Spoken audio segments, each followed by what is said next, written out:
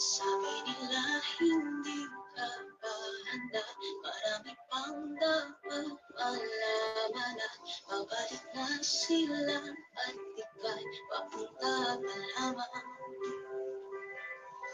Di ba man maunawaan ng lahat, di man sapat ng kaalaman, ay di kailang susuko. Pagtatagumpayan ng bawat pagsuko.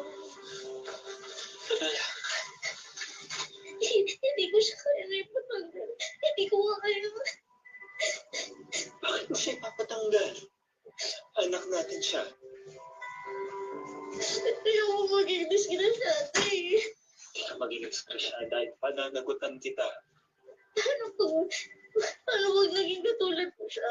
Kaya mo pa rin ba siyang tanggapin? Wala akong pakialam kung maging ano man siya. Pananagutan ko siya, paninindigan kita. Pare ko kayong galang pa. Huwag kang matakot. Paninindigan kita, palalakihin natin ang anak natin, ha? Huwag kang matakot na humarap. Huwag kang matakot na manama. Ang lahat ng yan ay hahanda ka sa magandang bukas. Huwag kang matakot na umiyak. Huwag kang matakot na mawala. Ano ang payo ninyo sa mga magkarelasyon na hindi sang-ayon ng kanilang pamilya sa pag-iibigan nila? Paglaban lang po nila yung pagmamahalan nila. Tapos po, sa dulo naman po, yung family nyo pa rin yan. Tatanggapin at tatanggapin din po kung sino po yung pinili nyo. Patrick, anong maipapayo? Kahit po magtiwala lang po sila sa sarili nila. Tansya mo na Magkakaroon din po sila ng may magmamahal sa kanila. kayo mahal. Gano'n ba nangyari sa'yo? Ako, nagtiwala po talaga ako na hindi ko nagtiwala. Talaga ba? Ikaw din. Opo. Tsaka huwag po kayong susuko na pagmahal kasi darating at darating din po yung taong magmamahal sa inyo. Kagaya po. Oo nga. Thank you very much sa inyong dalawa. Naku, ang saya naman ang kwento ninyo. No? Thank you po.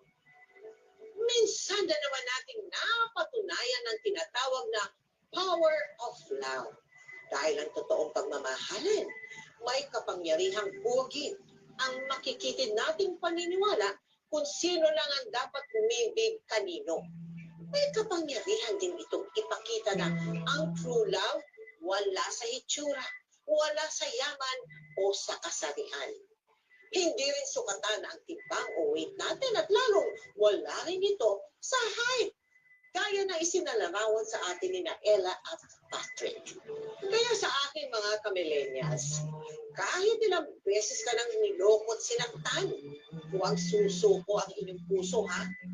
Dapat panatiliin itong bukas sa posibilidad na baka parating na nakatakda para sa iyo.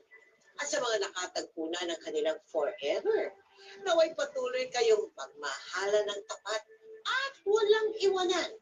Ngayon, bukas, at magpakailanman.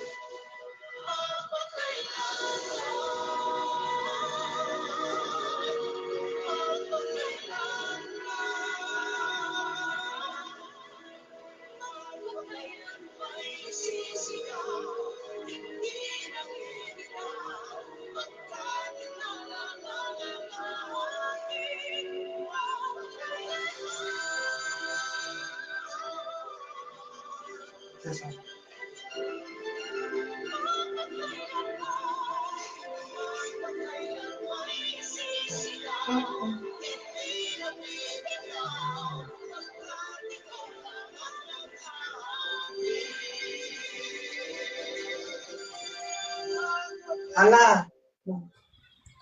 Hello guys, mga ka-MPK, mag-subscribe na sa 3rd anniversary ng Magpakailanman Entertainment. I-click natin yung subscribe channel, i-like sa Facebook page, i-tweet sa Twitter, i-follow lang sa Instagram, at mga social ng mga media accounts. Maraming salamat po mga ka magpakailanman.